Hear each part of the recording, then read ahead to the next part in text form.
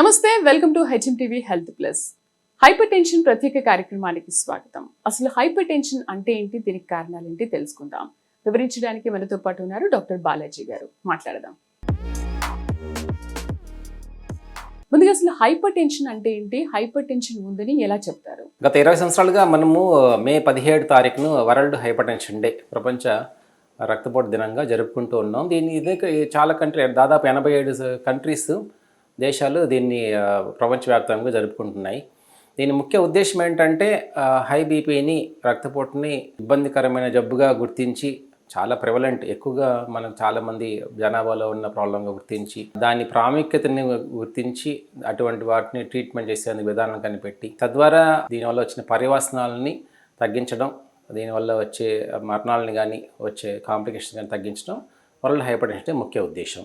ప్రతి సంవత్సరము ఈ వరల్డ్ హైపర్ టెన్షన్ డే ప్రకారం మనం ఒక చిన్న స్లోగన్ ఇస్తూ ఉంటాము. ఈసారి మనం measure your BP accurately, control it and leave longer అనేది స్లోగన్ అనమాట. అంటే మీ బీపీని ఖచ్చితంగా తెలుసుకోండి, దాన్ని కంట్రోల్ చేసుకోండి, మరియు మీరు ఎక్కువ కాలం జీవించండి అనేది ఈసారి స్లోగన్గా మనకు నిర్ధారించాం. హైపర్ టెన్షన్ అనేది చిరు ప్రాయంలోనే ఎందుకు వస్తుంది అంటారు? ఇంతకుముందు మనం లెక్క వేసుకుంటే రిటైర్ అయిన తర్వాత 60 ఏళ్ళ తర్వాత హై బీపీ వచ్చింది, నాకు బీపీ వచ్చింది రిటైర్ అయిన తర్వాత అని చెప్పుకునే వాళ్ళం. కానీ ఈ రోజుల్లో అయితే 30 మధ్య వయస్కుల్లోనూ బీపీ చూడడం జరుగుతూ ఉంది. దీనికి ముఖ్య కారణం జీవనశైలిలో మన ఆహారపు అలవాట్లు మారడం, మనం జంక్ ఫుడ్ అధికంగా తీసుకోవడం, మనం ఎక్కువగా సాల్ట్ ఎక్కువగా తీసుకోవడం, ఫ్రైడ్ ఐటమ్స్ ఎక్కువ తీసుకోవడం, నూనెలో వేయించిన ఎక్కువ తీసుకోవడం, ప్రాసెస్డ్ ఫుడ్స్ ఎక్కువ తీసుకోవడం, ప్లస్ సరైన వ్యాయామం లేకపోవడం, మన మానసిక ఒత్తిడి ఎక్కువ కావడం, ఆల్కహాల్ ఉపయోగం ఎక్కువ కావడం, స్మోకింగ్ ఎక్కువ కావడం, స్థూలకాయం ఎక్కువ కావడం,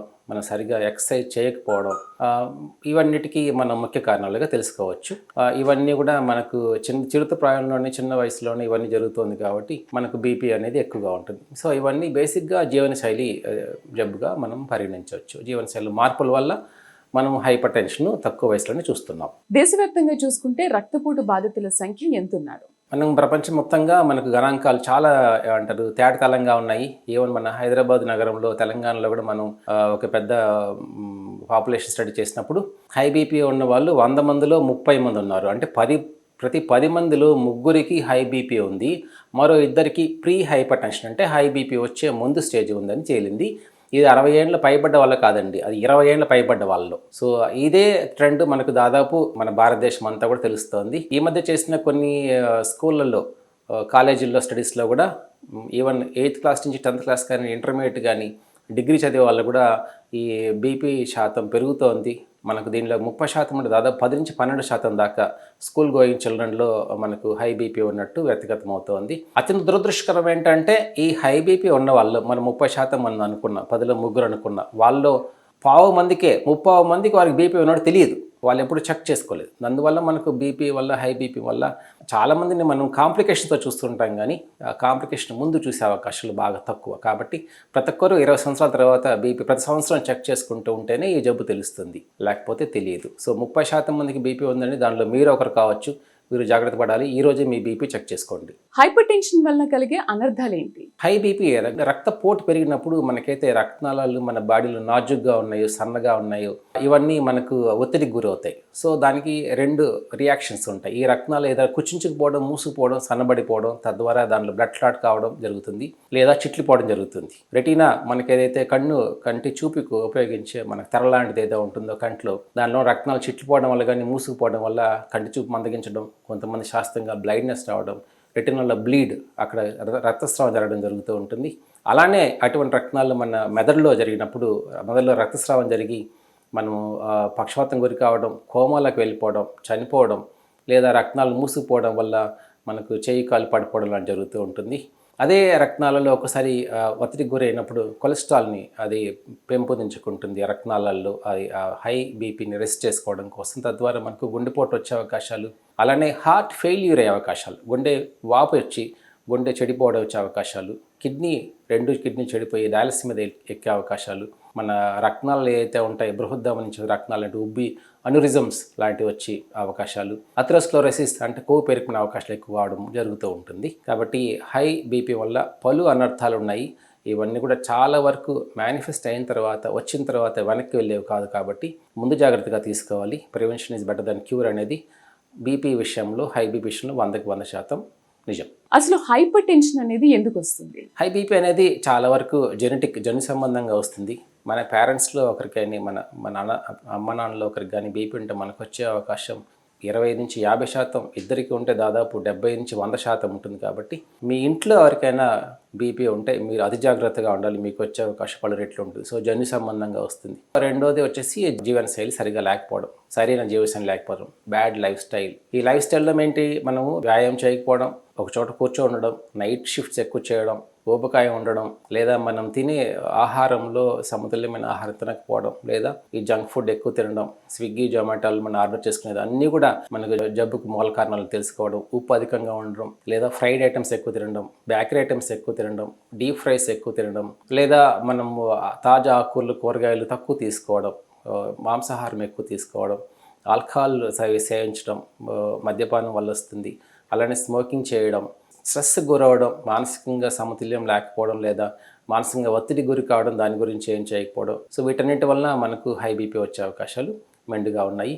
జెనెటిక్గా వస్తుంది, గుర్తుపెట్టుకోండి. మీ ఇంట్లో ఎవరికైనా బీపీ ఉంటే మీకు వచ్చే చాలా అధికంగా ఉంటుంది. ఏమి లేకపోయినా రావచ్చు. ప్యూర్ వెజిటేరియన్స్ అయ్యి అన్ని ఎక్సర్సైజ్ చేస్తూ ఉండి ఉపకాయం లేకుండా మెడిటేషన్ చేస్తున్నా కానీ బీపీ రావచ్చు. Genetic disease. నేనేం చేయను, నేను అన్ని మంచి అలవాట్లు ఉన్నాయి, ఫ్యామిలీ కూడా ఎవరికి లేదని చెప్పకండి. అలాంటి వాళ్ళకు కూడా బీపీ రావచ్చు. తప్పనిసరిగా 20 సంవత్సరాల తర్వాత ప్రతి సంవత్సరం ఒకసారి బీపీ చెక్ చేసుకుంటూ ఉంటేనే బీపీ అనేది తెలుస్తుంది. హైపర్ టెన్షన్ ఉన్న వాళ్ళలో ఎలాంటి లక్షణాలు మనకు కనిపిస్తూ ఉంటాయి? చాలా చాలా చాలా దురదృష్టకరంగా ఈ ఒక్క జబ్బులో మాత్రం ఎటువంటి లక్షణాలు కనిపించవండి. మీకు హై బీపీ చాలా మంది పేషెంట్ 220, 230, నార్మల్ బీపీ 128 అయితే 220/180, 220/130తో వస్తూ ఉంటారు. అలా కూర్చో ఉంటారు నిమ్మకు నీరెత్తినట్లు. ఏమి ఉండదు. మీ బీపీ ఎలా ఉందంటే ఆశ్చర్యపోతారు.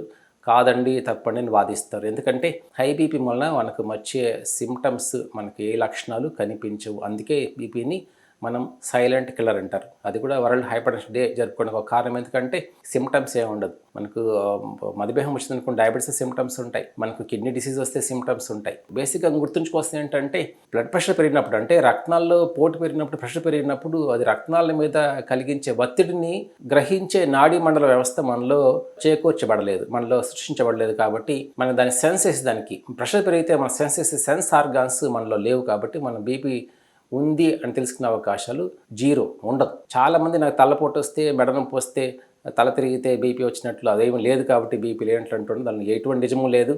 తలనొప్పి అనేది సర్వసాధారణంగా దాదాపు 20% పబ్లిక్లో ఉంటుంది. బీపీ కూడా అలానే ఉంటుంది. కాబట్టి హై బీపీ పేషెంట్లో కొంతమందిలో తలపోటు వస్తే దీనికి లింక్ పెడుతుంది తప్ప, తలపోటు వస్తేనో, తలనొప్పి వస్తేనో, మెడలాగితేనో, లేకపోతే కళ్ళు తిరిగితేనో, నీరసంగా ఉంటేనో బీపీ వచ్చినట్టు శుద్ధ అబద్ధం.